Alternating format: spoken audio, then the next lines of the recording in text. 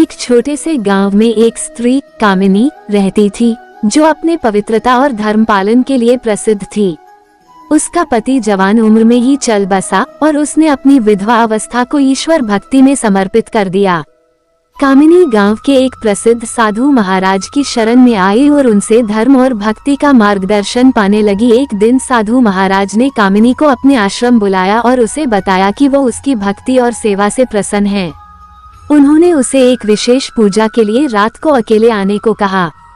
कामिनी ने साधु के बुलावे को श्रद्धा से स्वीकार कर लिया।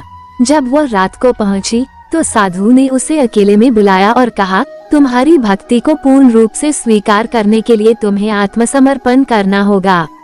कामिनी ने उनकी बात सुनी और शांतिपूर्वक कहा, गुरुजी, मैं आपकी हर आज्ञा मानने के लिए तैयार हूँ, पर पहले मैं ये जानना चाहती हूँ कि शास्त्रों में इसका क्या प्रमाण है।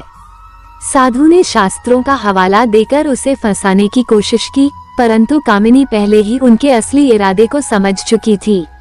उसने पूछा, गुरुजी, अगर यह धर्म है तो क्या इसे मेरे भाई या पिता को सिखाना उचित होगा? साधु ये सुनकर घबरा गया और उसकी पवित्रता व ज्ञान से पराजित हो गया। कामिनी ने गांव वालों को सब कुछ बता दिया और साधु का सच सामने आ गया। गांव ने उसे वहां से निकाल दिया।